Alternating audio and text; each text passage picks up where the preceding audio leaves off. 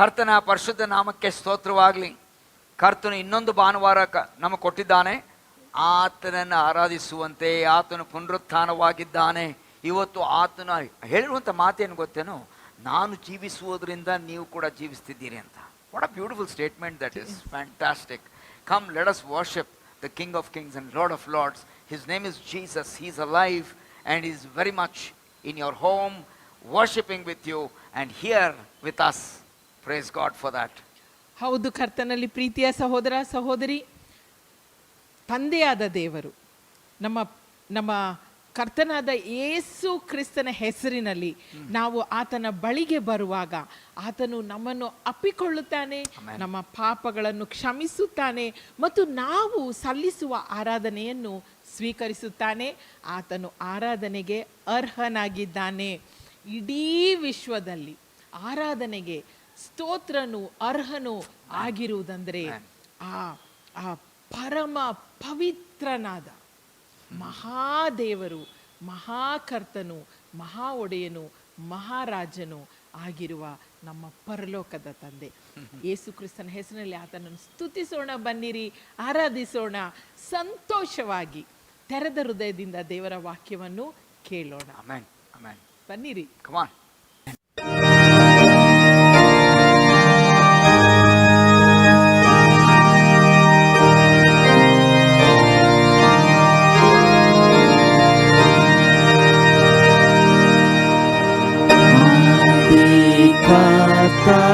ಕ್ರಿಸ್ತನೇ ಸೀಳಲ್ಪಟ್ಟ ಬಂಡೆ, ನೀನು ಪಟ್ಟ ಗಾಯವು ಒಯ್ದ ನೀರು ರಕ್ತವು ನನ್ನ ಪಾಪ ನೀಗಿಸಿ ಪೂರ್ಣ ಶುದ್ಧ ಮಾಡಲಿ. ದೇವರಾಜ್ಞೆ ನೋಡಲು ಬಹಳ ಶಕ್ತಿ ಇಲ್ಲವು. ಎಷ್ಟು ಪಾಪ ಪಟ್ಟರು ಕಣ್ಣೀರನ್ನು ಬಿಟ್ಟರು, ನನ್ನ ದ್ರೋಹ ಹೋಗದು. ಕರ್ತನೇ ರಕ್ಷಿಸು. ಯೇಸು ನಿನ್ನ ಶಿಲುಬೆ ನನ್ನ ದಾರವಾಗಿದೆ. ನಾನು ಘೋರ ಪಾಪಿಯು, ನೀತಿ ವಸ್ತ್ರ ಹೊದಿಸು. ನೀನು ತಲೆ ಬಿಟ್ಟರೆ ಬೇರೆ ಗತಿ ಎಲ್ಲಿದೆ?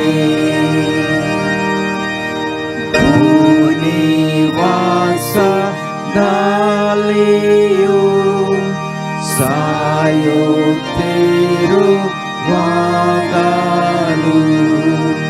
ನ್ಯಾಯ ತೀರ್ಪಿನಲ್ಲಿಯೂ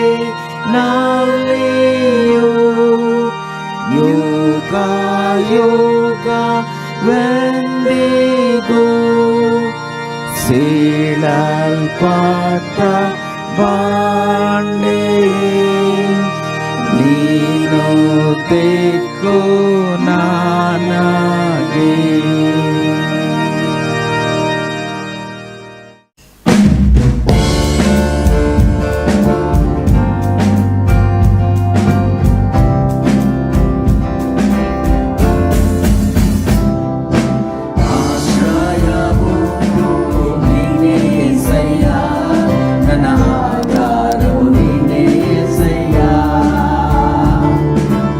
ಆಶ್ರಯವು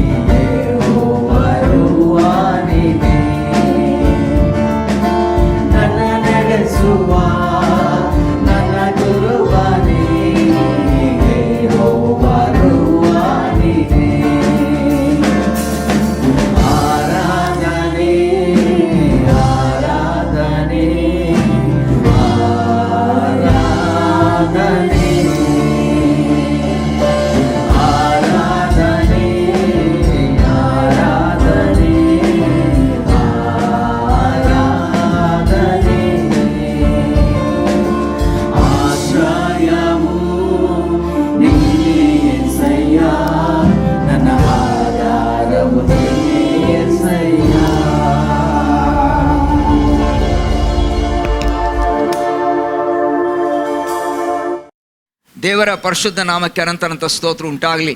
ಕರ್ತನು ಇನ್ನೊಂದು ಭಾನುವಾರ ನಮ್ಮ ದಯಪಾಲಿಸಿದ್ದಾನೆ. ಆತನನ್ನು ಆರಾಧಿಸಿದ್ದೇವೆ. ಆತನ ವಾಕ್ಯವನ್ನು ಕೇಳಿಸ್ಕೊಳ್ಳುವಂಥ ಸಮಯ ಬಂದದೆ ಇವತ್ತು. ಈ ದಿನಗಳಲ್ಲಿ ನೋಡಬೇಕು ಅಂತಂದರೆ ನಾವು ಲೆಂಟ್ ಡೇಸ್ ಅಥವಾ ಶ್ರಮ ದಿನಗಳಂತ ನೋಡ್ತಾ ಇದ್ದೇವೆ. ಯೇಸು ಸ್ವಾಮಿಯ ಶಿಲುಬೆಯನ್ನು ಧ್ಯಾನ ಮಾಡುವಂಥ ದಿನಗಳಿದು. ಪ್ರಪಂಚದಾದ್ಯಂತ ಅನೇಕ ಸಭೆಗಳಲ್ಲಿ ಇದನ್ನು ಕ್ರಮಬದ್ಧವಾಗಿ ಪ್ರತಿ ವರ್ಷ ಇದನ್ನು ನಡೆಸ್ಕೊಂಡು ಬರುವಂಥ ಒಂದು ವಾಡಿಕೆ ಇದೆ.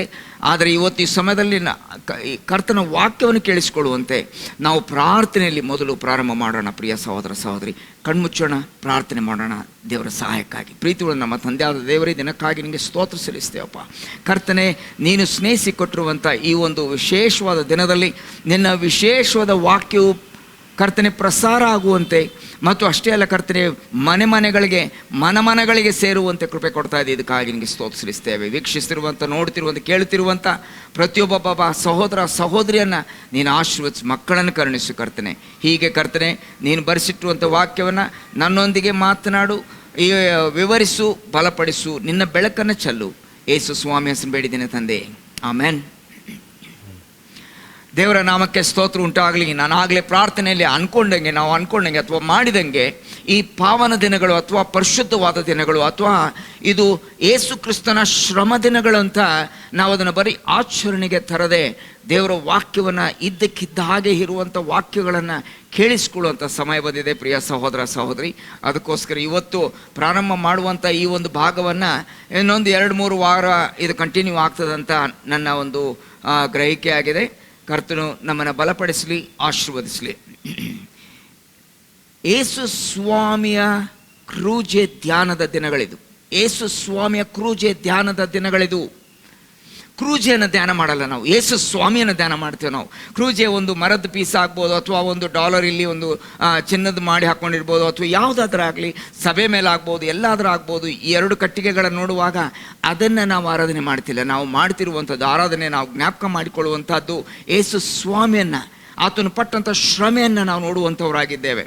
ಇವತ್ತು ನನ್ನ ಈ ಒಂದು ಮೆಸೇಜನ್ನು ಅಥವಾ ಈ ಸಂದೇಶದ ಶೀರ್ಷಿಕೆ ಏನಂತಂದರೆ Lent the way to the cross ಅಂತ. ಅಥವಾ ಈ ಶ್ರಮ ದಿನಗಳಲ್ಲಿ ಯೇಸು ಸ್ವಾಮಿ ತನ್ನ ಶಿಲುಬೆಯನ್ನು ಮುಟ್ಟುವವರೆಗೂ ನಡೆದ ದಾರಿ, ನಿಂತುಕೊಂಡಂಥ ಸ್ಥಳಗಳು, ಕೂತುಕೊಂಡಂಥ ಸ್ಥಳಗಳು, ಭೇಟಿಯಾಗಿರುವಂಥ ವ್ಯಕ್ತಿಗಳು, ಇದನ್ನು ನಾವು ನೋಡ್ಲಿಕ್ಕೆ ಹೋಗ್ತೇವೆ.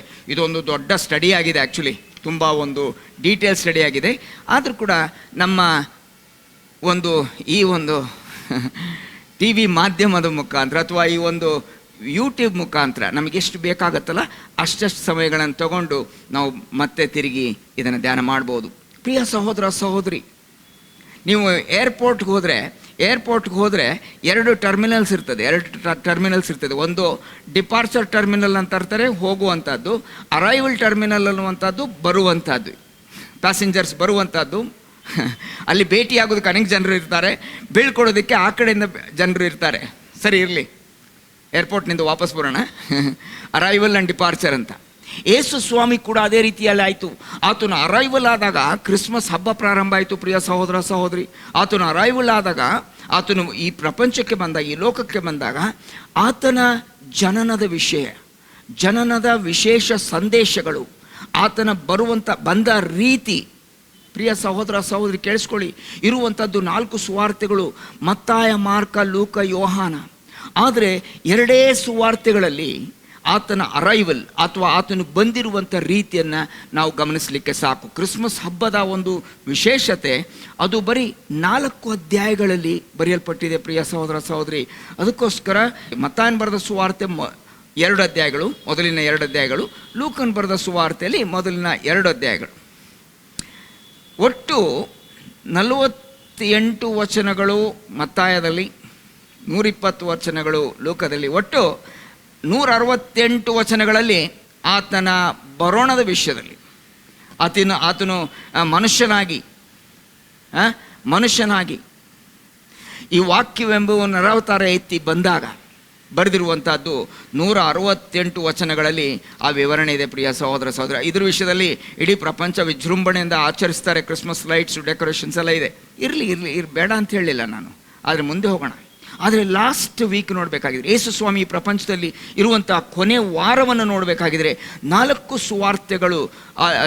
ಸುವಾರ್ತೆ ಬರೆದಂಥವರು ಅದನ್ನು ಇನ್ಕ್ಲೂಡ್ ಮಾಡ್ಕೊಂಡಿದ್ದಾರೆ. ಯಾಕಂತಂದರೆ his departure was more important also than his arrival.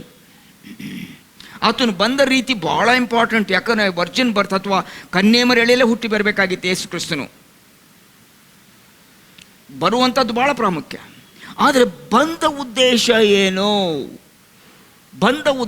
The purpose of his coming is very important. ಯಾಕಂತಂದರೆ ನಾವು ಯಾರನ್ನೋ ಒಬ್ಬರನ್ನ ಕಳಿಸ್ತೀವಿ ಅಂಗಡಿಗೆ ಹೋಗು ಅಂತೀವಿ. ಅವನು ಬರೀ ಅಂಗಡಿಗೆ ಹೋಗಿ ನಿಂತ್ಕೊಂಡ್ರೆ ಬಂದ ಉದ್ದೇಶ ಏನು ಮಾರಾಯ ಅಂತ ಅಂಗಡಿಯವನು ಕೇಳ್ತಾನೆ.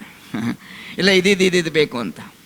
ಆಯಿತಾ, ಅದನ್ನ ತೊಗೊಂಡು ವಾಪಸ್ ಬಂದು ಅಲ್ಲಿ ಕೊಟ್ಟ ಮೇಲೆ ಆ ಉದ್ದೇಶ ಪರಿಪೂರ್ಣ ಆಗ್ತದೆ. ಅಷ್ಟು ಸಿಂಪಲ್ ಎಕ್ಸಾಂಪಲ್ ಕೊಟ್ಟಿದ್ದೀನಿ ನಿಮಗೆ ಇವತ್ತು. ಯಾಕಂದರೆ ಬಂದ ಉದ್ದೇಶ ಏನಾಗಿತ್ತು ಅಂತಂದರೆ ಯೇಸು ಕ್ರಿಸ್ತನು ತನ್ನ ಪ್ರಾಣವನ್ನು ಕೊಡಬೇಕಾಗಿತ್ತು.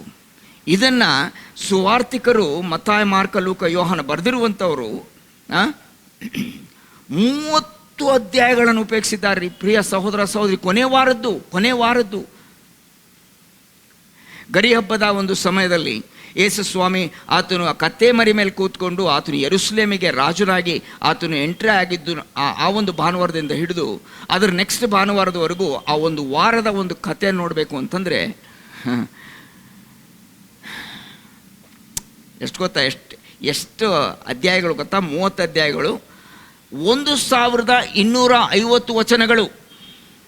ಆತನು ಬರೋಣದ ಕ್ರಿಸ್ಮಸ್ ಟೈಮ್ನಲ್ಲಿ 168 ವಚನಗಳು. ಆದರೆ ಈಗ 1250 ವಚನಗಳೆಂದ್ಬಿಟ್ಟು ನಾವು ನೋಡ್ತೇವೆ. ಹಾಗಂದ್ರೆ ಯಾವುದಕ್ಕೆ ಜಾಸ್ತಿ ಒತ್ತು ದೇವರು ಕೊಟ್ಟಿದ್ದಾನೆ? ಯಾವುದನ್ನು ನಾವು ಧ್ಯಾನ ಮಾಡಬೇಕು, ಯಾವುದನ್ನು ನಾವು ಆಚರಣೆಗೆ ತರಬೇಕು ಒಂದು ರೀತಿಯಲ್ಲಿ, ಯಾವುದನ್ನು ನಮ್ಮ ಜೀವಿತದಲ್ಲಿ ಅಳವಡಿಸಿಕೊಳ್ಳಬೇಕು, ಯಾವುದನ್ನು ನಾವು ಕೇಳಿಸಿಕೊಳ್ಳಬೇಕು. ಇದು ಸತ್ಯ, ಇದು ವಿಶೇಷವಾದ ಸತ್ಯ. ಹಾಗಾದರೆ ಇವತ್ತು ನಾವು ಈ ಯೇಸು ಕ್ರಿಸ್ತನ ಆತನ ಶ್ರಮೆ, ಆತನ ಮರಣ, ಹೂಣುವಿಕೆ, ಪುನರುತ್ಥಾನ ಈ ಒಂದು ಭಾಗವನ್ನು ನಾವು ಸ್ವಲ್ಪವನ್ನು ನಾವು ನೋಡೋಣ. ನಾನೇನು ಹೇಳಿದೆ ನಮ್ಮ ಶೀರ್ಷಿಕೆ ಮೆಸೇಜಿನ? You right, Lent the way to the cross. ಅಂದರೆ ಈ ಶ್ರಮ ದಿನಗಳಲ್ಲಿ ಯೇಸು ಸ್ವಾಮಿ ನಡೆದಂಥ ದಾರಿ ಅಂತ ನೋಡ್ತೇವೆ. ಶಿಲುಬೆ ಮುಟ್ಟುವವರೆಗೂ ಆತನು ಎಲ್ಲಿ ನಿಂತ, ಎಲ್ಲಿ ಕೂತ, ಯಾರೊಂದಿಗೆ ಭೇಟಿಯಾದ ಅಂತ. ಸರಿ, ಹಾಗಾದರೆ ಇವತ್ತು ನನ್ನೊಂದಿಗೆ ಬನ್ನಿರಿ, ನಾನು ನಿಮ್ಮನ್ನು ಆ ದಾರಿಯಲ್ಲಿ ನಡ್ಸ್ಕೊಂಡು ಹೋಗ್ತೇನೆ. ಓಕೆ? ಹಾಗಾದರೆ ಇವತ್ತು ನಾನು ಮೊದಲು ಹೈಲೈಟ್ಸ್ ಓದಿಬಿಡ್ತೇನೆ. ನಿಮ್ಮ ಟಿ ವಿ ಮೇಲೆ ಕಾಣ್ತಿರುವಂಥ ಆ ಚಿತ್ರ ಇದೆ, ನೋಡ್ತಾ ಇದ್ದೀರಲ್ಲ, ಆ ಚಿತ್ರದಲ್ಲಿ ಕಾಣುವಂಥ ಆ ಒಂದು ಡೀಟೇಲ್ಸ್ ನೋಡ್ರಿ. ಮೊದಲನೇ point A to point B ಅಂತ ಜರ್ನಿ ಅಂತ ನೋಡ್ತಾ, ಅಥವಾ ಪ್ರಯಾಣ ಅಂತ ನೋಡ್ತಾ ಇದ್ದೀವಿ. ಮೊದಲನೇ ಒಂದು ಪ್ರಯಾಣ ಎಲ್ಲಿಂದ ಎಲ್ಲಿಗೆ ಅಂತಂದರೆ, ಯೇಸು ಸ್ವಾಮಿ ಬೇಥಾನ್ಯ ಎಂಬುವ ಆ ಊರಿನಿಂದ ಯೆರೂಸಲೇಮಿಗೆ ಆತನು ಹೊರಟಿದ್ದಾನೆ. ಆತನು ಮೇಲುಪ್ಪರಿಗೆಗೆ ಹೊರಟಿದ್ದಾನೆ. ತನ್ನ ರಾತ್ರಿ ಭೋಜನ, ಕೊನೆ ಭೋಜನವನ್ನು ಮಾಡೋದಕ್ಕೆ ಬೇಥಾನ್ಯದಿಂದ ಯೆರೂಸಲೇಮಿಗೆ ಹೋಗ್ತಾನೆ. ಅರ್ಥ ಆಯ್ತಾ? Point A to B. ಎರಡನೇದು, ಮೇಲುಪ್ಪರಿಗೆಯಿಂದ ಆತನು ಗೆತ್ಸೆಮನೆ ತೋಟಕ್ಕೆ ಹೋಗ್ತಾನೆ. ಕಾಣಿಸ್ತಾ ಇದೆಯಲ್ಲ ನಿಮಗೆ? ಸರಿ, ಗೆತ್ಸೆಮನೆ ತೋಟಕ್ಕೆ ಹೋಗ್ತಿದ್ದಾನೆ. ಮೂರನೇದು ಏನು ಅಂತಂದರೆ, ಗೆತ್ಸೆಮನೆ ತೋಟದಿಂದ ಆತನನ್ನು ಹಿಡಿದು ಅರೆಸ್ಟ್ ಮಾಡಿ ಯೇಸು ಸ್ವಾಮಿಯನ್ನು ಕಾಯಫನ ಆ ಒಂದು ಮಹಾಯಾಜಕನ ಅರಮನೆಗೆ ಕರ್ಕೊಂಡು ಹೋಗ್ತಾರೆ. The palace of the high priest ಅಂತ ಕಾಯಫಸ್ ಅಂತ ನೋಡ್ತಾ ಇದೆ. ಅಲ್ಲಿಂದ ಕಾಯಫನಿಂದ ಅವರು ಪೊಂತ್ಯ ಪಿಲಾತನ ಒಂದು ಅಧಿಪತ್ಯಕ್ಕೆ ಅವರು ಕರ್ಕೊಂಡು ಹೋಗ್ತಾರೆ, ಆ ಸ್ಥಳಕ್ಕೆ ಕರ್ಕೊಂಡು ಹೋಗ್ತಾರೆ. ಮತ್ತು ಪಿಲಾತನು ಯೇಸು ಸ್ವಾಮಿ ಗಲಿಲಾಯದವನೆಂದು ತಿಳ್ಕೊಂಡಾಗ ಹೆರೋದನ ಜೂರಿಸ್ಟಿಕ್ಷನ್ ಆಗುತ್ತೆ ಅಂದ್ಬಿಟ್ಟು ಹೆರೋದನ ಅರಮನೆಗೆ ಯೇಸು ಸ್ವಾಮಿಯನ್ನು ಪಿಲಾತನು ಕಳಿಸ್ತಾನೆ. ಆಮೇಲೆ ಆರನೇದು ಯಾವುದು ಅಂತಂದರೆ, ಆ ಹೆರೋದನು ಕೆಲವು ಸಂಗತಿಗಳನ್ನು ಮಾತಾಡಿ ಎಲ್ಲ ಕೇಳಿ ಆದಮೇಲೆ ವಾಪಸ್ಸು ಪಿಲಾತನ ಬಳಿಗೆ ಯೇಸು ಸ್ವಾಮಿಯನ್ನು ಕಳಿಸ್ತಾನೆ. ಮತ್ತು ಕೊನೆಯ ಒಂದು ಜರ್ನಿ, ಏಳನೇದು ಯಾವುದು ಅಂತಂದರೆ, ಪಿಲಾತನ ಆ ಒಂದು ನ್ಯಾಯ ತೀರ್ಪಿನ ಆ ಒಂದು ಹಾಲ್ನಿಂದ, ಜಡ್ಜ್ಮೆಂಟ್ ಹಾಲ್ನಿಂದ ಯೇಸು ಸ್ವಾಮಿ ಆತನು ಶಿಲುಬೆಗೆ ಹೋಗ್ತಾನೆ ಅಂದ್ಬಿಟ್ಟು ನಾವು ನೋಡ್ತಾ ಇದ್ದೇವೆ. ಪ್ರಿಯ ಸಹೋದರ ಸಹೋದರಿ, ಇವತ್ತು ಒಂದೊಂದು ಸ್ಥಳದಲ್ಲಿ ಏನಾಯಿತು, ಒಂದೊಂದು ಸ್ಥಳದಲ್ಲಿ ಹೋದಾಗ ಯಾವ್ಯಾವ ರೀತಿಯಲ್ಲಿ ಜನರು ಸ್ಪಂದಿಸಿದರು, ಕರ್ತನು ಹೇಗೆ ಅವರನ್ನು ನೋಡಿ ಮಾತನಾಡಿದ, ಯಾವ ಸಂಗತಿಗಳು ನಡೆದವು, ಆತನ ಶ್ರಮೆ, ಆತನ ಮರಣದ ವಿಷಯದಲ್ಲಿ ಧ್ಯಾನ ಮಾಡ್ತಾ ಇದ್ದೇವೆ. ಪ್ರಿಯ ಸಹೋದರ ಸಹೋದರಿ, the way to the cross, ಶಿಲುವೆಗೆ ಹೊರಟಿದ್ದಾನೆ ಯೇಸು ಸ್ವಾಮಿ.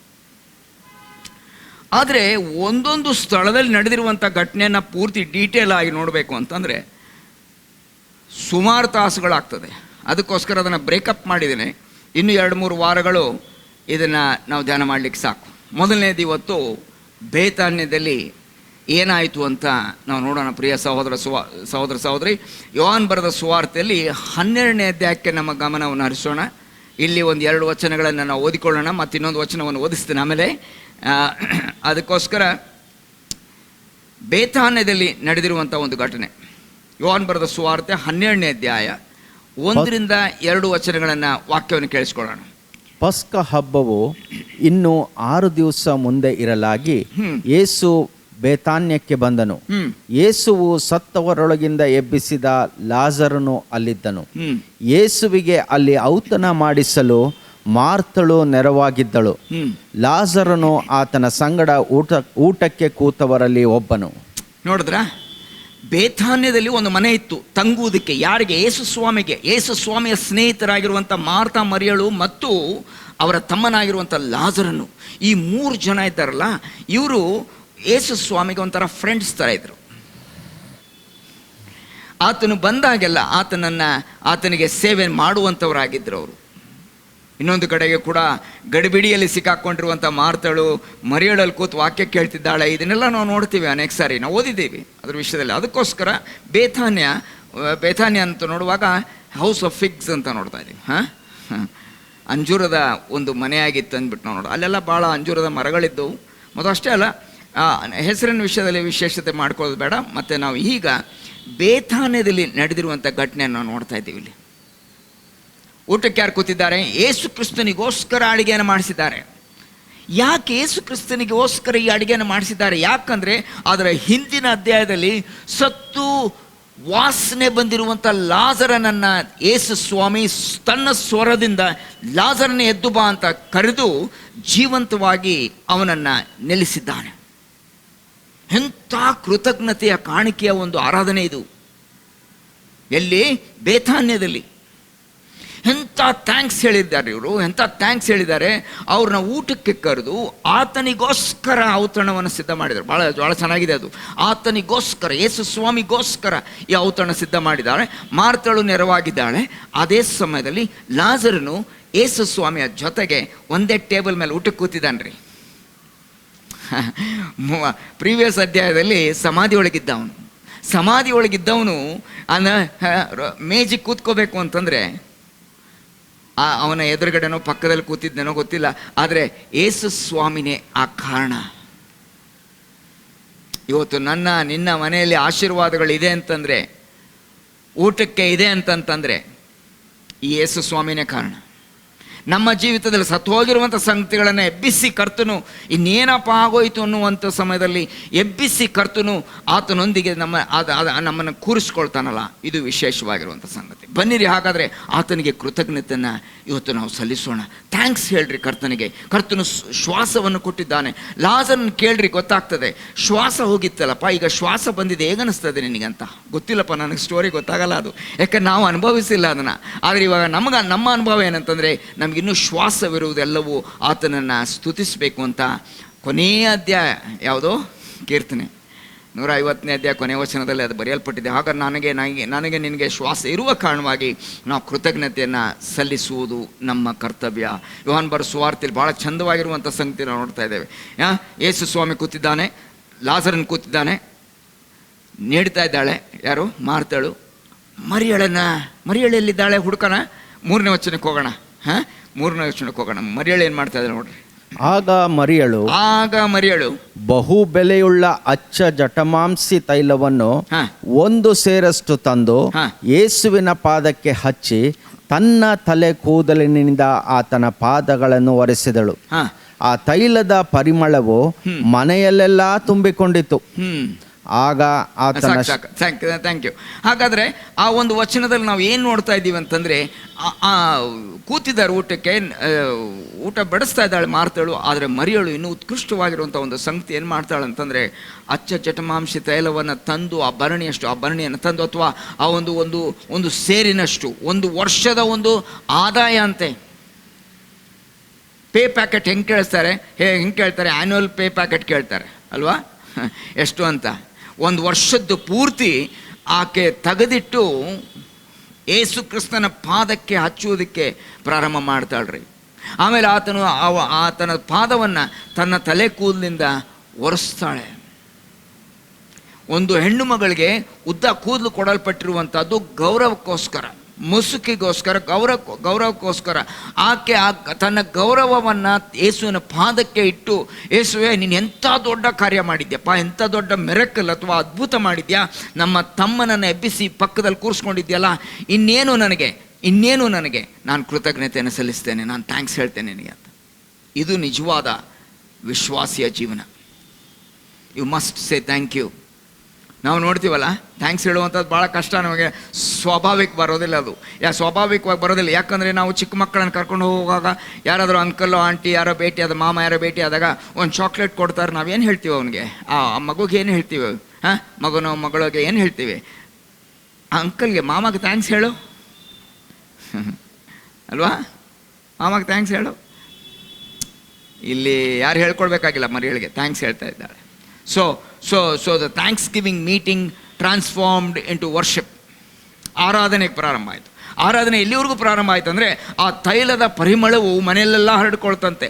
ಆ ತೈಲದ ಪರಿಮಳವು, ಆ ತೈಲದ ಕಾರಣ, ಆ ತೈಲ ಯೇಸುವಿನ ಪಾದಕ್ಕೆ ಹಚ್ಚಿರುವ ಕಾರಣವಾಗಿ, ಅದನ್ನು ಓಪನ್ ಮಾಡಿರುವ ಕಾರಣವಾಗಿ, ಅದು ಒಂದು ರೀತಿಯಲ್ಲಿ ಆರಾಧನೆ ಅಂದ್ಬಿಟ್ಟು ನಾವು ನೋಡ್ತೇವೆ.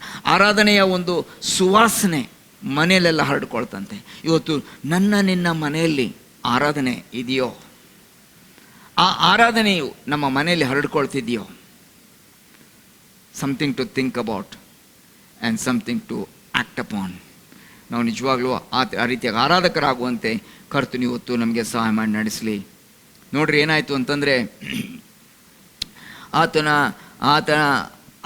ಆತನ ಪಾದವನ್ನು ಲೇಪನೆ ಮಾಡಿಲ್ಲ ಅವಳು, ತೈಲ ಹಚ್ಚಿದ್ದು.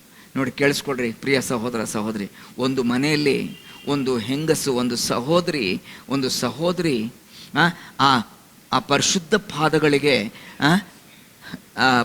ಪಾದಗಳಿಗೆ ಎಣ್ಣೆ ಹಚ್ಚಿ, ತೈಲವನ್ನು ಹಚ್ಚಿ ಆರಾಧನೆ ಮಾಡಿದರೆ, ಮುಂದೆ ಅದೇ ಪಾದಗಳಿಗೆ ಸೀಪಾಯಿಗಳು ಮೊಳೆಗಳನ್ನು ಜಡಿತಾರೆ. ಇವತ್ತು ನಮ್ಮ ಜೀವಿತದಲ್ಲಿ ಯಾವುದೋ ನಡೆದಿದೆ ಅಂತ ಆರಾಧನೆ ಮಾಡ್ತಿದ್ದೇವಾ? ಭಾಳ ಒಳ್ಳೆಯದು. ಯಾವುದೇ ಕಾರಣಕ್ಕೂ ಆತನ ಪಾದಕ್ಕೆ ನಾವು ಮೊಳೆ ಹೊಡೆಯುವಂಥ ಅಥವಾ ಏನಾದರೂ ಮನಸ್ಸನ್ನು ನೋವು ಮಾಡುವಂಥ ಕೆಲಸವನ್ನು ಮಾಡದಂತೆ ಪರಿಶುದ್ಧಾತ್ಮನು ನಿನ್ನನ್ನು ಕಾಯಲಿ ಅಂತ ನನ್ನ ಪ್ರಾರ್ಥನೆ ಆಗಿದೆ. Let us continue the journey. So place number 1 ಬೇಥಾನ್ಯದಲ್ಲಿ ನಡೆದಿರುವಂಥ ಆರಾಧನೆ. ಹಾಗಾದ್ರೆ ಮೂವ್ ಆಗೋಣ. ಬೇಥಾನ್ಯದಿಂದ, ಇವಾಗ ನೀವು ಆ ಫೋಟೋನಲ್ಲಿ ನೋಡಿದ್ರಿ, ಬೇಥಾನ್ಯದಿಂದ ಈಗ ಯೆರೂಸಲೇಮಿಗೆ ಹೊರಟಿದ್ದಾನೆ. ಯೆರೂಸಲೇಮಿಗೆ ಆ ಒಂದು ಮೇಲುಪ್ಪರಿಗೆಗೆ ಕರ್ತನು ಹೊರಟಿದ್ದಾನೆ. ಈ ಮೇಲುಪ್ಪರಿಗೆಗೆ ಹೊರಟಿರುವಂಥದ್ದು ಅಥವಾ ಮೇಲುಪ್ಪರಿಗೆಯಲ್ಲಿ ನಡೆದಿರುವಂಥ ಸಂಗತಿಗಳು ಬೇಕಾದಷ್ಟಿವೆ ರೀ. ಯಾಕಂದರೆ ಯೋಹಾನ್ ಬರೆದ ಸುವಾರ್ತೆ, ನಾನು ಯಾವಾಗಲೂ ಹೇಳ್ತಾ ಇರ್ತೇನೆ, ಒಂದೊಂದು ವಿಶ್ವಾಸಿಗೆ, ಯೇಸು ಸ್ವಾಮಿಯನ್ನು ನಂಬಿರುವಂಥ ಒಂದೊಂದು ವಿಶ್ವಾಸಿ ಕೂಡ ಈ 5 ಅಧ್ಯಾಯಗಳು ಭಾಳ ಪ್ರಾಮುಖ್ಯ ಅಂತ. ಯೋಹಾನ್ ಬರೆದ ಸುವಾರ್ತೆ 13, 14, 15, 16, 17 ಈ 5 ಅಧ್ಯಾಯಗಳು ಒಂದೇ ಆ ಒಂದು ಮೇಲುಪ್ಪರಿಗೆಯಲ್ಲಿ ನುಡಿಯಲ್ಪಟ್ಟಿರುವಂಥ ಅಧ್ಯಾಯ ಇದು. ಈ ಅಧ್ಯಾಯಗಳು ಏನೇನು ಎಂತೆಂಥ ಚಂದವಾಗಿರುವಂಥ ಸಂಗತಿಗಳು ಇಲ್ಲಿ ನಡೀತವಂತಂತಂದರೆ ಭಾಳ ಚೆನ್ನಾಗಿ ಇದನ್ನು ನೋಡ್ತಾ ಇದ್ದೇವೆ. ಸಿದ್ಧವಾಗಿರುವಂಥ ಮೇಲುಪ್ಪರಿಗೆ ಅದು. ಯೇಸು ಸ್ವಾಮಿ ಹೇಳಿದ, ಸಿದ್ಧವಾಗಿದೆ ನನಗೋಸ್ಕರ ಆ ಒಂದು ಮೇಲುಪ್ಪರಿಗೆ, ಹೋಗ್ರಿ, ಆ ಯಜಮಾನನ ಕೇಳ್ರಿ, ಇಲ್ಲಿ ನಮ್ಮ ಗುರು ಇಲ್ಲಿ ಊಟ ಮಾಡ್ತಾನೆ ಅಂತ, ಪಸ್ಕದ ಊಟವನ್ನು ಮಾಡ್ತಾನೆ ಅಂತ. ಎಲ್ಲ ಸಿದ್ಧವಾಗಿತ್ತು, ಸಿದ್ಧವಾದ ಜನರಿದ್ದರು, ಸಿದ್ಧವಾದ ಊಟ ಇತ್ತು, ಸಿದ್ಧವಾದ ಸ್ಥಳ ಇತ್ತು. ಇವತ್ತು ನಾವು ಮುಂದಿನ ಸಂದೇಶವನ್ನು ಕೇಳಿಸ್ಕೊಳ್ಳೋದಕ್ಕೆ ನಾವು ಸಿದ್ಧ ಮಾಡಿಕೊಳ್ಬೇಕು. ಏನಾಯ್ತು ಅಲ್ಲಿ? ಏನಾಯ್ತಂತಂದರೆ ಆ ಯೇಸು ಸ್ವಾಮಿಯ ಆ ಒಂದು 12 ಶಿಷ್ಯರು ಕೂಡ ಆತನೊಂದಿಗೆ ಹೋಗಿ ಅವರು ಮೇಲೆ ಸ್ಟೆಪ್ಸ್ ಹತ್ತಿ ಮೇಲುಪ್ಪರಿಗೆ ಈಗ ಅವರು ಹೋಗ್ತಾ ಇದ್ದಾರೆ. ಒಂದು ಸಣ್ಣ ಕಥೆನೇ ಮಧ್ಯದಲ್ಲಿ ಹೇಳ್ತೇನೆ, ಇದನ್ನು ಹೇಳಲೇಬೇಕು, ಯಾಕಂತಂದ್ರೆ ಅದು ಒಂದು ಈ ಸ್ಟೋರಿ ಜೊತೆಗೆ ಆ್ಯಡ್ ಆಗ್ತದೆ. ಶಿಷ್ಯರ ಒಂದು ಲಿಸ್ಟ್ನಲ್ಲಿ ಮೊದಲನೇವನು ಪೇತ್ರ ಯಾವಾಗಲೂ, ಕೊನೆಯವನು ಯಾರು ಗೊತ್ತಾ? ಇಸ್ಕರಿಯೋತ್ ಯೂದ. ಅದು ಅವನನ್ನು ರೆಫರೆನ್ಸ್ ಮಾಡುವಾಗ ಹೇಗೆ ಹೇಳ್ತಾರಂತಂದರೆ, ಅದು ಹೇಗೆ ಪಟ್ಟಿದೆ ಅಂತಂದರೆ, ಯೇಸುವನ್ನು ಹಿಡ್ಕೊಟ್ಟಂಥ ಯೂದನು ಅಂತ. ಏನು ಇಂಟ್ರೊಡಕ್ಷನ್ ರೀ ಇದು. ಸರಿ, ಹಾಗಾದರೆ ಈ ಯೂದ ಕೂಡ ಹತ್ತಿದ. ಈ ಯೂದನ್ ಏನು ಮಾಡಿದ ಗೊತ್ತಾ? ಮತ್ತಾಯನ ಬರೆದ ಸುವಾರ್ತೆ 26ನೇ ಅಧ್ಯಾಯದಲ್ಲಿ ನೋಡೋಣ. 26ನೇ ಅಧ್ಯಾಯ, ಮತ್ತಾಯನ ಬರೆದ ಸುವಾರ್ತೆ 26ನೇ ಅಧ್ಯಾಯದಲ್ಲಿ ಒಂದು ಘಟನೆ ನಡೀತು. ಇವನು ಯೇಸು ಸ್ವಾಮಿನ ಹಿಡ್ಕೊಡೋದಕ್ಕೆ ಎಷ್ಟು ರೂಪಾಯಿ? 30 ರೂಪಾಯಿಗಳು, ಬೆಳ್ಳಿ ನಾಣ್ಯಗಳು. ಏನಾಗುತ್ತೆ ಅಲ್ಲಿ? 14, 15, 16 ವಚನಗಳನ್ನು ನಾವು ಓದಿಕೊಳ್ಳೋಣ. ಆಮೇಲೆ 12 ಮಂದಿ ಶಿಷ್ಯರಲ್ಲಿ ಒಬ್ಬನಾದ ಇಸ್ಕರಿಯೋತ ಯೂದನೆಂಬುವನು ಮಹಾಯಾಜಕರ ಬಳಿಗೆ ಹೋಗಿ, ನಾನು ಅವನನ್ನು ನಿಮಗೆ ಹಿಡಿಕೊಟ್ಟರೆ ನನಗೆ ಏನು ಕೊಡುತ್ತೀರಿ ಅಂದನು. ಅವರು ಅವನಿಗೆ 30 ರೂಪಾಯಿ ತೂಗಿ ಕೊಟ್ಟರು. ಅಂದಿನಿಂದ ಅವನು ಆತನನ್ನ ಹಿಡುಕೊಡುವುದಕ್ಕೆ ಅನುಕೂಲವಾದ ಸಮಯವನ್ನ ನೋಡುತ್ತಿದ್ದನು. ಕೇಳಿಸ್ಕೊಳ್ಳಿ, 30 ರೂಪಾಯಿಗಳು ಕೊಡುವಂತ, 30 ರೂಪಾಯಿ ಕೊಟ್ಟರು ಅವರು. 30 ರೂಪಾಯಿ, ನಿನ್ನ 30 ನಾಣ್ಯಗಳು ಕೊಡ್ತೀವಿ ಅಂತ, ಬೆಳ್ಳಿ ನಾಣ್ಯಗಳು. ಅವನು ಅದನ್ನು ತಗೊಂಡು ತನ್ನ ಜೋಬ್ನಲ್ಲಿ ಇಟ್ಕೊಂಡಿದ್ದ. ಆವತ್ತಿನಿಂದ ಯಾವಾಗ ಚಾನ್ಸ್ ಸಿಗುತ್ತೆ ಆತನನ್ನು ಹಿಡ್ಕೊಡೋದಕ್ಕೆ ಅಂತ ಇಟ್ಕೊಂಡೇ ಇದ್ನ ಅದನ್ನು ದುಡ್ಡು. ಹಾಗಾದ್ರೆ ನನಗನ್ನಿಸ್ತದೆ, ಅನಿಸಿಕೆ ಏನು ನೋಟ್ಸ್ ಮಾಡಬೇಡಿ, ಅನಿಸಿಕೆ ಏನಂತಂದರೆ ಅದನ್ನು ಜೋಬ್ನಲ್ಲಿ ಇಟ್ಕೊಂಡೇ ಹತ್ತಿದ್ದ ಅವನ ಮೇಲುಪ್ಪರಿಗೆನ. ಇದಕ್ಕಿಂತ ವಿಪರ್ಯಾಸ ಇಲ್ಲ ರೀ ಇದು. ಜೋಬ್ನಲ್ಲಿ ಹಿಡ್ಕೊಟ್ಟ ಮೇಲೆ ಸಿಕ್ಕಿರುವಂಥ 30 ಬೆಳ್ಳಿ ನಾಣ್ಯಗಳು ಜೋಬ್ನಲ್ಲಿ. ಅವನ ಮನಸ್ಸಿನಲ್ಲಿ ಆ ತುತ್ತನ್ನು ತಗೊಂಡ ತಕ್ಷಣ ಸೈತಾನ ಹೋಗ್ತಾನಂತೆ. ಮನಸ್ಸಿನಲ್ಲಿ ಸೈತಾನ, ಬಾಯಲ್ಲಿ ರಾತ್ರಿಯ ಭೋಜನ, ಮೇಲುಪ್ಪರಿಗೆ. ಇಂಥದ್ದಾಗ್ತದ ಅಂತ, ಆಗಿದೆ ಅಂತ ತೋರಿಸ್ತಾ ಇದ್ದಾನೆ ಕರ್ತನು. ಆಗಿದೆ. History repeat sometimes, but I hope not in us. ಇದು ನಮ್ಮಲ್ಲಿ ಆಗದಂಥ ಕೃಪೆ ದೇವರು ನಮಗೆ ದಯಪಾಲಿಸಲಿ ಪ್ರಿಯ ಸಹೋದರ ಸಹೋದರಿ. ಆಮೇಲೆ ಇದು ಒಂದು ದೊಡ್ಡ ಒಂದು ಸ್ಟಾಪ್ ರೀ. ಬೇತಾನ್ಯದಲ್ಲಿರುವಂಥ ಒಂದು ಸ್ಟಾಪು ಒಂದು ಕುಟುಂಬಕ್ಕೋಸ್ಕರ. ಇಲ್ಲಿರುವಂಥ ಸ್ಟಾಪ್ ಯಾವುದಕ್ಕೋಸ್ಕರ ಗೊತ್ತೇನು? ಶಿಷ್ಯ ಮಂಡಳಿಗೋಸ್ಕರ. ಯಾಕಂದ್ರೆ ಯೇಸು ಸ್ವಾಮಿನೇ ಲಾಸ್ಟ್ ಸ್ಟಾಪ್, ಲಾಸ್ಟ್ ಡೇ ಅದು. ಇನ್ನು ಆ ರಾತ್ರಿಯಲ್ಲಿ ಆತನು ಹಿಡಿಯಲ್ಪಡಬೇಕು. ನೆಕ್ಸ್ಟ್ ಗೆತ್ಸೆಮನೆಗೆ ಹೋಗ್ತಾನೆ, ಅಲ್ಲಿ ಅರೆಸ್ಟ್ ಆಗ್ತಾನೆ ಯೇಸು ಸ್ವಾಮಿ. ಆತನು ಗೆತ್ಸೆಮನೆ ಹೋಗೋಕ್ಕಿಂತ ಮುಂಚೆ ಮೇಲುಪ್ಪರಿಗೆಯಲ್ಲಿ ಆತನು ಪರಲೋಕದ ಮುತ್ತುಗಳನ್ನು ಉದುರಿಸಿದ. ಪರಲೋಕದ ಮಹಿಮೆಯನ್ನೇ ಕೆಳಗಡೆ ತೊಗೊಂಡು ಬಂದು ಒಂದೊಂದಾಗಿ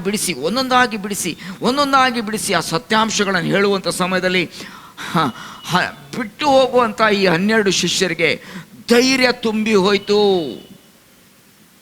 ಧೈರ್ಯ ತುಂಬ್ಕೊಂತವ್ರಿಗೆ. ಯಾಕೆ ನಾವು ನೋಡುವಾಗ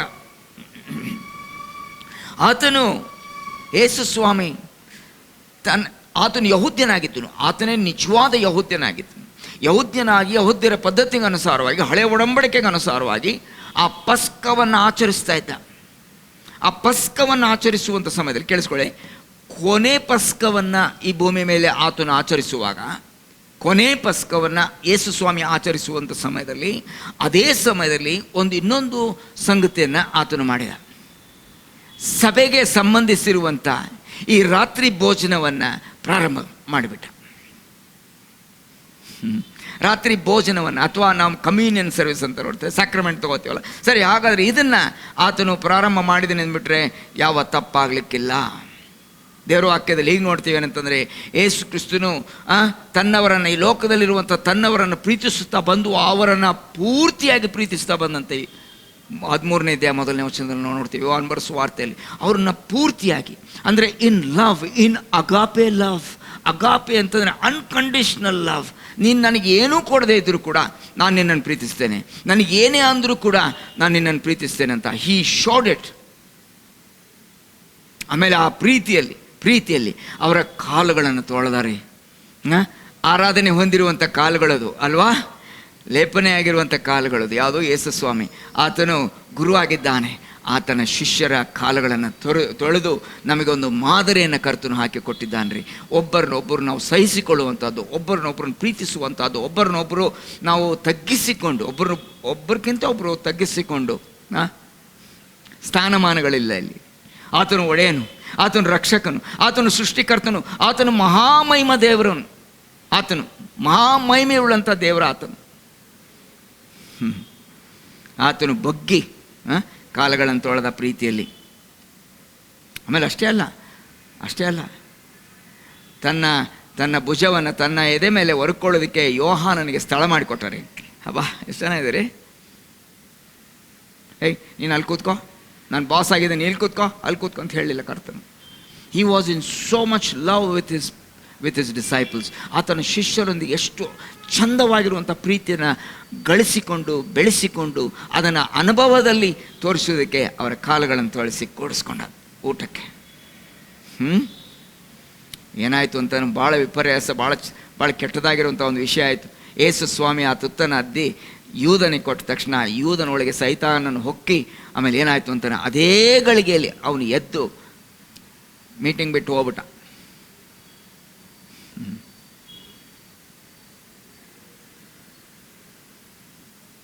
ಯಾಕೆ ಇದೆ ನಾನು ಸ್ವಲ್ಪ ಸುಮ್ಮನೆ ಆಗಿದ್ದೇನೆ ಅಂತಂದರೆ ಶಾಕ್ ಆಗ್ತಾ ಇದೆ.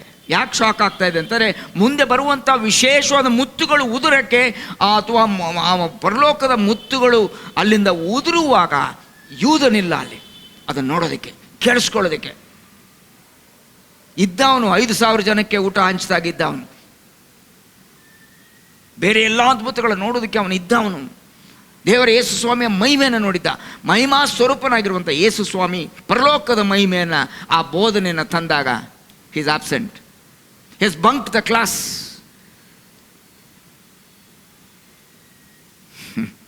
ಇದಕ್ಕಿಂತ ಭಯಂಕರವಾಗಿರುವಂಥ ಒಂದು ದೃಶ್ಯ ಇಲ್ಲ. ಪ್ರಿಯ ಸಹೋದರ ಸಹೋದರಿ, ಕೇಳಿಸ್ಕೊಳ್ಳಿ. ಇವತ್ತು ನಮಗೆ ವಿಶೇಷವಾದ ಕಾರ್ಯವನ್ನು ಕರ್ತನು ಮಾಡಿರುವ ಕಾರಣವಾಗಿ ಬನ್ನಿ ಆತನು ಏನೇನು ಮಾತನಾಡಿದ ಆ ಒಂದು ಮೇಲುಪ್ಪರಿಗೆಯಲ್ಲಿ ಅಂತ ಸ್ವಲ್ಪ ನಿಮ್ಮ ಮುಂದೆ ನಾನು ಪರಿಚಯಿಸ್ತೇನೆ. ಮತ್ತೆ ತಿರುಗಿ ಬೇಕಾದರೆ ಒಂದೋ 2 ಪಾಯಿಂಟ್ಗೆ ನಾವು ಆಮೇಲೆ ಇನ್ನೊಂದು ಸಾರಿ ಹೋಗ್ಬೋದು, ಇನ್ನೊಂದು ನೆಕ್ಸ್ಟ್ ಟೈಮ್ ಕೂಡ ನಾವು ಅದಕ್ಕೆ ಹೋಗ್ಬೋದು. ಆದರೆ ಏನು ಮಾಡಿದ ಅಂತ ಕರ್ತನು ಏನು ಮಾಡಿದ ಅಂತಂದರೆ 13ನೇ ಅಧ್ಯಾಯದಲ್ಲಿ ನಾವು ನೋಡಬೇಕಾಗಿದ್ರೆ 13ನೇ ಅಧ್ಯಾಯದಲ್ಲಿ ಅವರ ಕಾಲುಗಳನ್ನು ತೊಳೆದ, ಕಮ್ಯುನಿಯನ್ ಸರ್ವಿಸ್ ಸ್ಟಾರ್ಟ್ ಮಾಡ್ದ, ಪ್ರೀತಿಯಿಂದ ಅವರನ್ನು ಸಂಬೋಧಿಸಿ ಮಾತನಾಡಿದ. 14ನೇ ಅಧ್ಯಾಯಕ್ಕೆ ಬಂದ ತಕ್ಷಣವೇ ನಿಮ್ಮ ಹೃದಯವು ಕಳವಳಗೊಳ್ಳದೇ ಇರಲಿ, ದೇವರನ್ನು ನಂಬಿರಿ, ನನ್ನ ನಂಬಿರಿ. ನನ್ನ ತಂದೆ ಮನೆಯಲ್ಲಿ ಬಹಳ ಬಿಡಾರುಗಳಿವೆ, ಇಲ್ಲದಿದ್ದರೆ ನಿಮಗೆ ಹೇಳ್ತಿದ್ದೇನು, ನಾನು ಹೋಗಿ ಸ್ಥಳವನ್ನು ಸಿದ್ಧ ಮಾಡ್ತೇನೆ. ಸ್ಥಳವನ್ನು ಸಿದ್ಧ ಮಾಡಿ ಆದಮೇಲೆ ನಾನು ವಾಪಸ್ ಬಂದು ನಿಮ್ಮನ್ನು ಕರ್ಕೊಂಡು ಹೋಗ್ತೇನೆ. ಯಾಕಂದರೆ ಭಾಳ ಇಂಪಾರ್ಟೆಂಟ್ ಏನಂದರೆ, ಯಾಕಂದರೆ ಚಿನ್ನದ ಬೀದಿ ಮೇಲೆ ನೀವು ನಡಿಬೋದು, ಯಾಕಂತಂದರೆ ವಜ್ರ ವೈಡೂರ್ಯಗಳಿದೆ, ಯಾಕಂದರೆ ದೊಡ್ಡ ಕಿರೀಟ ಕೊಡ್ತಾರೆ. ಇಲ್ಲ, ಯಾಕಂದರೆ ನಾನಿರುವ ಸ್ಥಳದಲ್ಲಿ ನೀನಿರಬೇಕು ಅಂತ ಆತನಿಗೆ ಆಸೆ ಆಗಿದೆ ಇವತ್ತು. ಏನ್ರಿ ಇದು, ಎಂಥ ಪ್ರೀತಿ ಇದು, ಎಂಥ ಅಗಾಪೆ ಪ್ರೀತಿ ಇದು. ನಾವು we love people who love us. ಗೊತ್ತಾ ನಿಮಗೆ? ಯಾರು ನಮ್ಮನ್ನು ಪ್ರೀತಿ ಮಾಡ್ತಾರಲ್ಲ, ಯಾರು ಚೆನ್ನಾಗಿ ಮಾತಾಡಿಸ್ತಾರಲ್ಲ ಫೋನ್ ಮೇಲೆ, ಅವ್ರಿಗೆ ಫೋನ್ ಮಾಡೋದು ನಾವು ಜಾಸ್ತಿ. ಆದರೆ ಕರ್ತನು ಯಾರು ಆತನನ್ನು ಹಿಡ್ಕೊಟ್ರೋ ಅಂಥವನ ಕಾಲುಗಳನ್ನು ಕೂಡ ತೊಳೆದ. ಯೂದನ ಕಾಲು ಕೂಡ ತೊಳೆಯಲ್ಪಟ್ಟಿತ್ತು. ಒಂದು ತೊಳೆಯಲ್ಪಟ್ಟಂಥ ಕಾಲು ಅವನನ್ನು ಹಿಡ್ಕೊಡಕ್ಕೆ ಹೋಯ್ತು. ಇಲ್ಲಿ ಆರಾಧನೆ ಹೊಂದಿರುವಂಥ ಈ ಕಾಲು ಕ್ರೂಜಿಗೆ ಹೊರಡುತ್ತೆ ಅಂದ್ಬಿಟ್ಟು ನಾವು ನೋಡ್ತೇವೆ. These are all the truths of the upper room. ಹಾಗಾದರೆ 14ನೇ ಮತ್ತು 16ನೇ ವಚನದಲ್ಲಿ ಏನಾಗಿದೆ ಅಂತಂದರೆ, 14 ಮತ್ತು 16 ವಚನಗಳಲ್ಲಿ 14 ಮತ್ತು 16 ಅಧ್ಯಾಯಗಳಲ್ಲಿ ಏನಾಗಿದೆ ಅಂದರೆ, ಯೇಸು ಕ್ರಿಸ್ತನು ಇನ್ನೊಂದೇನು ಮಾಡಿದ ಅಂದರೆ ತಂದೆಯ ಮನೆಯ ವಿಷಯದಲ್ಲಿ ಮಾತನಾಡಿದ ಮತ್ತು ಪರಿಶುದ್ಧಾತ್ಮನು ಬರುವಂಥ ವಿಷಯನ ಹೇಳಿಬಿಟ್ಟ. ಯೂದನಿಲ್ಲ ಅಲ್ಲಿ. ಯೂದನ ವಿಷಯ ಬೇಡ ಬಿಡ್ರಿ, ಇವತ್ತು ಇಷ್ಟಕ್ಕೆ ಸ್ಟಾಪ್ ಮಾಡ್ಬಿಡೋಣ. I don't want to use his name. ಆದರೆ ಇವತ್ತು ಸಂಬೋಧಿಸಿ ಮಾತನಾಡಬೇಕಂದ್ರೆ ಆತನ ಪ್ರಿಯರಾಗಿರುವಂಥ ಶಿಷ್ಯರು ಅಲ್ಲಿದ್ದಾರೆ, ಕೇಳಿಸ್ಕೊಳ್ತಿದ್ದಾರೆ. ಇವತ್ತು ನೀವು ಕೇಳಿಸ್ಕೊಳ್ತಿದ್ದೀರಿ ನಿಮ್ಮ ಮನೆಯಲ್ಲಿ. ಏನು ಹೇಳ್ತಿದ್ದಾನೆ? ಕರ್ತನು ನಿನ್ನನ್ನು ಪ್ರೀತಿ ಮಾಡ್ತಾ ಇದ್ದಾನೆ. ಕರ್ತನು ನಿನ್ನನ್ನು ತುಂಬ ಪ್ರೀತಿ ಮಾಡಿದ್ದಾನೆ ರೀ. ಯೇಸು ಸ್ವಾಮಿ ನನ್ನನ್ನು ಪ್ರೀತಿ ಮಾಡಿದ್ದಾನೆ. ಇವತ್ತು ನೀವು ಹೇಳ್ಬೋದು ಯಾರೂ ನನ್ನನ್ನು ಪ್ರೀತಿ ಮಾಡ್ತಾ ಇಲ್ಲ ಅಂತ. ಯವನಸ್ಥರಿಗೆ ಪ್ರತ್ಯೇಕವಾಗಿ they feel dejected, they feel left out, but Jesus loves you. Yesu Swami ನಿನ್ನನ್ನು ಪ್ರೀತಿಸ್ತಾ ಇದ್ದಾನೆ ಇವತ್ತು. ಎಂಥದ್ದೇ ಪಾಪದಲ್ಲಿದ್ದರೂ ಕೂಡ ಆ ಪಾಪಿಗೋಸ್ಕರ ಯೇಸು ಸ್ವಾಮಿ ಈ ಲೋಕಕ್ಕೆ ಬಂದಿರುವಂಥದ್ದು ನಿಜ. ಇದರಲ್ಲಿ ನಾನು ನೀನಾಗಿದ್ದರೆ ಕರ್ತನು ನಮ್ಮನ್ನು ಪ್ರೀತಿಯಿಂದ ಸಂಬೋಧಿಸಿ ಮಾತನಾಡ್ತಾನೆ. ಅಂಜಬೇಡ, ನಂಬಿಕೆ ಮಾತ್ರ ಇರಲಿ. ಆಮೇಲೆ ನಾವು ನೋಡುವಾಗ ಮುಂದೆ 17ನೇ ಅಧ್ಯಾಯಕ್ಕೆ ನಾವು ಬರುವಾಗ ಅದೊಂದು ದೊಡ್ಡ ಅಧ್ಯಾಯ ಬಿಡಿ. ಅದು ಬಾಬಾ ಫ್ಯಾಂಟಾಸ್ಟಿಕ್ ಅಧ್ಯಾಯ ಇದು. This is one of my favourite portions. ನಾವು ಒಂದೊಂದು ಸರಿ ಹೊಸ ಒಡಂಬಡಿಕೆ ಹಿಂಗೆ ಬೈಬಲ್ ಹಿಂಗೆ ಹೊಸ ಒಡಂಬಡಿಕೆ ತೆಗಿಬೇಕು ಅಂತಂದರೆ ಯೋಹಾನ ಬರೆದ ಸುವಾರ್ತೆ 12, 13, 14, 15 ಇದೇ ಅಧ್ಯಾಯ ಓಪನ್ ಆಗ್ಬಿಡ್ತದೆ. ಅಷ್ಟೊಂದು ಓಪನ್ ಮಾಡಿಬಿಟ್ಟಿದ್ದೀನಿ ನಾನು. ನಿಮ್ಗೆ ಗೊತ್ತಲ್ಲ, ಒಂದೊಂದು ಸಾರಿ ಓಪನ್ ಆಗುತ್ತೆ ಅದು, ಯಾಕಂದ್ರೆ ಅದಕ್ಕೆ ಒತ್ತು ಕೊಟ್ಟಿರ್ತೀವಿ. ನೀವು 26 ವಚನಗಳಿವೆ. ಯಾವುದೋ ಯೋಹಾನ ಬರೆದ ಸುವಾರ್ತೆ 17ನೇ ಅಧ್ಯಾಯದಲ್ಲಿ ಆತನ ಮಧ್ಯಸ್ಥಿಕೆಯ ಪ್ರಾರ್ಥನೆಯನ್ನು ಯೇಸು ಸ್ವಾಮಿ ಆ ಕಾಯಫನು ಮುಗಿದ ಮೇಲೆ, ಕಾಯಫನು ಮುಗಿದ ಮೇಲೆ ಆಗೋಯ್ತು ಅಲ್ಲಿಗೆ. ಹಳೆ ಒಡಂಬಡಿಕೆ ಮಹಾಯಾಜಕತ್ವವು ಮುಗಿದೋಯ್ತು. ಯಾಕಂದ್ರೆ ಮಹಾಯಾಜಕನು ಬಟ್ಟೆಗಳನ್ನು ಹರ್ಕೊಂಡು, ಆವತ್ತು ಯಾಜಕರು ಬಟ್ಟೆಗಳನ್ನು ಹರ್ಕೊಳ್ಬಾರ್ದು. ರಾಜರು ಹರ್ಕೊಳ್ತಾರೆ, ಅರಸರು ಹರ್ಕೊಳ್ತಾರೆ ಬಟ್ಟೆಯನ್ನು, ಆದರೆ ಯಾಜಕರು ಹರ್ಕೊಳ್ಬಾರ್ದು. ಆದರೆ ಈ ಕಾಯಫನ ಮುಂದೆ ಯೇಸು ಸ್ವಾಮಿ ನಿಂತಾಗ ಕಾಯಫನ ಬಟ್ಟೆ ಹರ್ಕೊಂಡ, ಯೇಸು ಸ್ವಾಮಿ ಬಟ್ಟೆ ಹಾಕ್ಕೊಂಡ, ಮಹಾಯಾಜಕತ್ವವನ್ನು ವಹಿಸ್ಕೊಂಡ ಯೇಸು ಸ್ವಾಮಿ. ಈಗಲೂ ಕೂಡ ನನಗೋಸ್ಕರ, ನಿನಗೋಸ್ಕರ, ನಿಮ್ಮ ಕುಟುಂಬಕ್ಕೋಸ್ಕರ, ಮಕ್ಕಳ ಮೊಮ್ಮಕ್ಕಳಿಗೋಸ್ಕರ ಕರ್ತನು ತಂದೆ ಮುಂದೆ ಆತನು ಪ್ರಾರ್ಥನೆ ಮಾಡ್ತಾ ಇದ್ದಾನೆ ಇವತ್ತು, ಬೇಡಿಕೊಳ್ತಿದ್ದಾನೆ ಇವತ್ತು. ಇದು ವಿಶೇಷತೆ, ಮೇಲುಪ್ಪರಿಗೆಯ ವಿಶೇಷತೆ ಅಂದ್ಬಿಟ್ಟು ನಾವು ನೋಡ್ತೇವೆ. ಯೋಹಾನ ಬರೆದ ಸುವಾರ್ತೆ 17ನೇದಲ್ಲಿ ಭಾಳ ಬ್ಯೂಟಿಫುಲ್ ಆಗಿರುವಂಥ ಒಂದು ಭಾಗ ಇದು.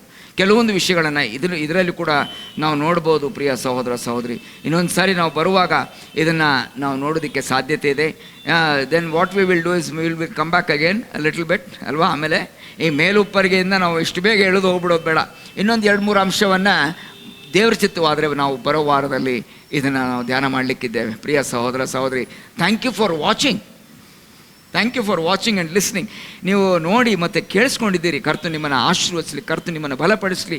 ಮೇಲುಪ್ಪರಿಗೆಯ ಒಂದು ಆ ಮುತ್ತುಗಳನ್ನು ಕರ್ತನು ಇವತ್ತು ನಿನಗೆ ನನಗೆ ದಯಪಾಲಿಸಲಿ.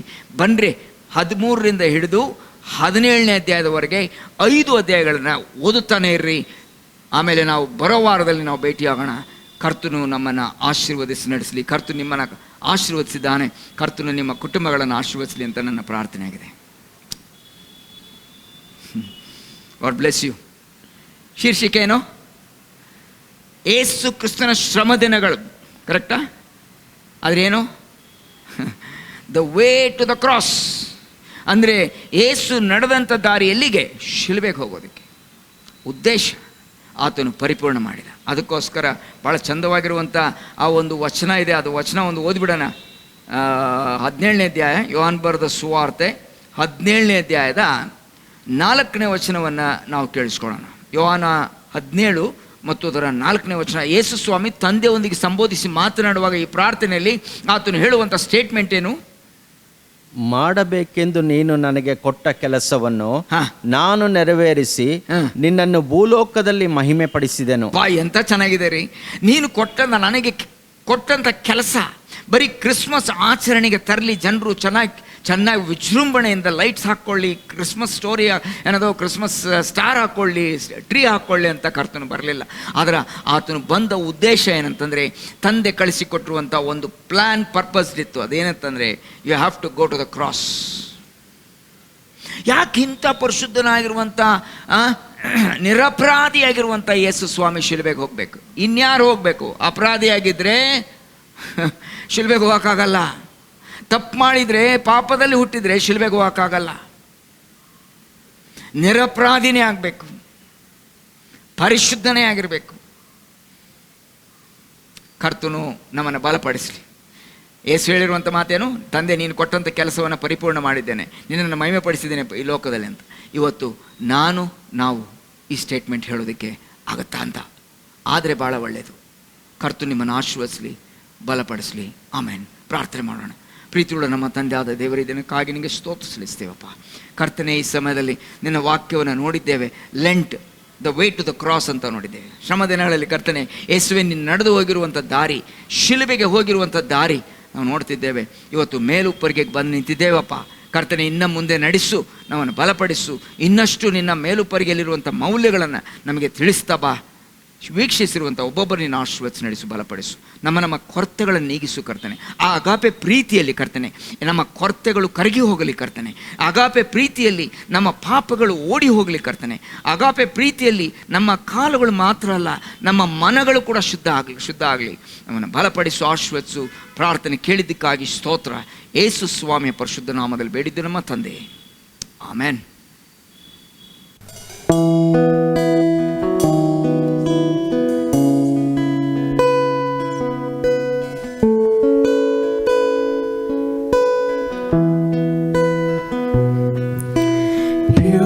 Purify my heart, let me be as gold and precious silver. Purify my heart, let me be as gold, pure gold, refinest fire. My heart's one desire is to be holy, set apart for you, Lord. I choose to be holy, set apart for you, my Master. I'm ready to do your will, oh Lord. I'm ready to do your will.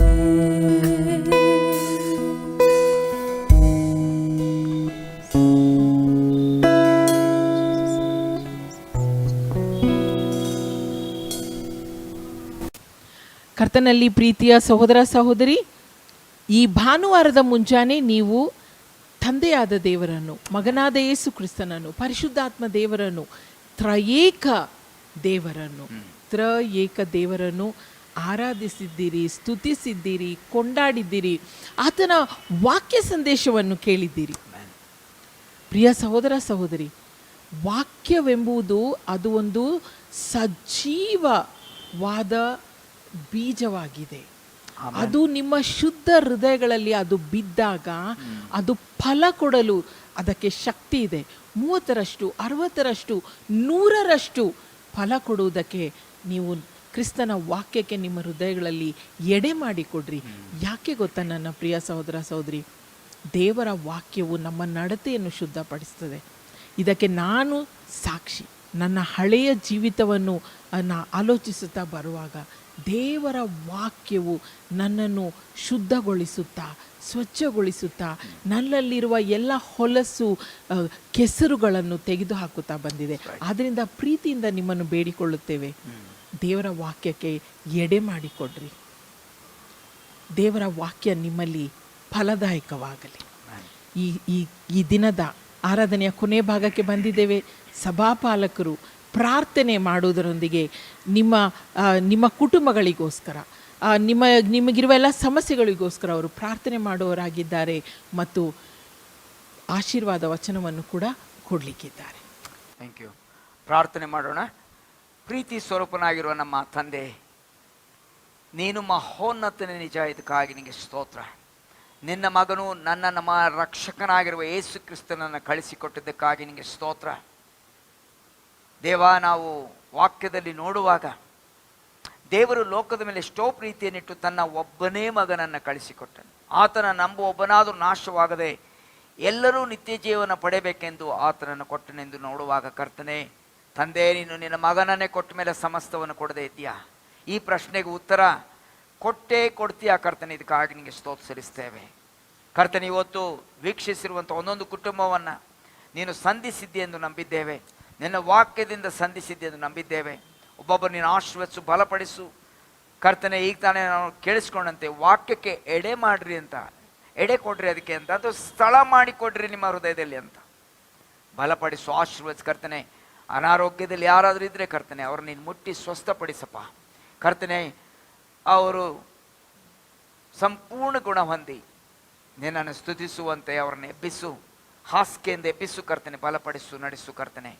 ದೇವ, ಮತ್ತು ನಮ್ಮ ಎಲ್ಲ ಅಧಿಕಾರಿಗಳಿಗೋಸ್ಕರ, ನಮ್ಮ ರಾಜ್ಯಕ್ಕೋಸ್ಕರ, ನಮ್ಮ ದೇಶಕ್ಕೋಸ್ಕರ ಎಲ್ಲರಿಗಾನ ಬೇಡಿಕೊಳ್ತೇನೆ. ನಮ್ಮ ಆಳುವಂಥ ಎಲ್ಲರಿಗಾನ ಬೇಡಿಕೊಳ್ತೇನೆ ಕರ್ತನೆ. ಎಲ್ಲರೂ ನಿನ್ನ ಆಶೀರ್ವದಿಸು, ನಡೆಸು, ಬಲಪಡಿಸು. ನಿನ್ನ ಜ್ಞಾನ ತಿಳುವಳಿಕೆಯಿಂದ ಪರಿಪಾಲನೆ ಮಾಡುವಂತೆ ನೀನು ಸಹಾಯ ಮಾಡು. ಮಹಿಮೆ ನಿನಗೆ ಮಾತ್ರ ಉಂಟಾಗಲಿ ದೇವರೇ. ನಿನ್ನ ಕೃಪೆಗಾಗಿ ನಿನಗೆ ಸ್ತೋತ್ರ. ವಾಕ್ಯವನ್ನು ನಾವು ಕೇಳಿಸಿಕೊಳ್ಳೋದು ಮಾತ್ರ ಅಲ್ಲ, ಅದರ ಹಾಗೆ ನಡೆಯುವ ಕೃಪೆಗೆ ನಮ್ಮೊಬ್ಬೊಬ್ಬರನ್ನ ನೀನು ನಡೆಸು. ಮಹಿಮೆ ಒಂದು ಪ್ರಾರ್ಥನೆಯನ್ನು ಒಬ್ಬನೇ ರಕ್ಷಕನು ಕಾರ್ಯಕರ್ತನಾಗಿರುವ ಯೇಸು ಸ್ವಾಮಿಯ ಪರಿಶುದ್ಧ ನಾಮದಲ್ಲಿ ಬೇಡಿ ಹೊಂದಿದ್ದು ನಮ್ಮ ಸ್ವರ್ಗೀಯ ತಂದೆ, ಆಮೇನ್. ಅಂತ್ಯ ಆಶೀರ್ವಾದವನ್ನು ನಾವು ಹೊಂದಿಕೊಳ್ಳೋಣ. ನಮ್ಮ ಮನೆಯಲ್ಲಿ ಕರ್ತನನ್ನು ಗೌರವಿಸುವಂತೆ ಎದ್ದು ನಿಂತುಕೊಳ್ಳೋಣ.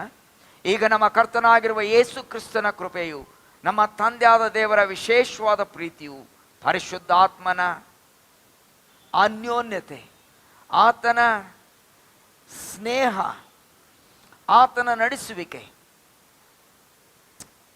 ನಮ್ಮೆಲ್ಲರೊಂದಿಗೆ, ವೀಕ್ಷಿಸಿರುವಂಥ ಒಂದೊಂದು ಕುಟುಂಬದೊಂದಿಗೆ, ಒಂದೊಂದು ಮಗುವೊಂದಿಗೆ, ಯವನಸ್ಥ ಮಕ್ಕಳೊಂದಿಗೆ, ಕ್ರಿಸ್ತನ ಸಭೆಯ ಸಂಗಡ ಈಗಲೂ ಎಂದೆಂದಿಗಿರಲಿ. ಆಮೆನ್.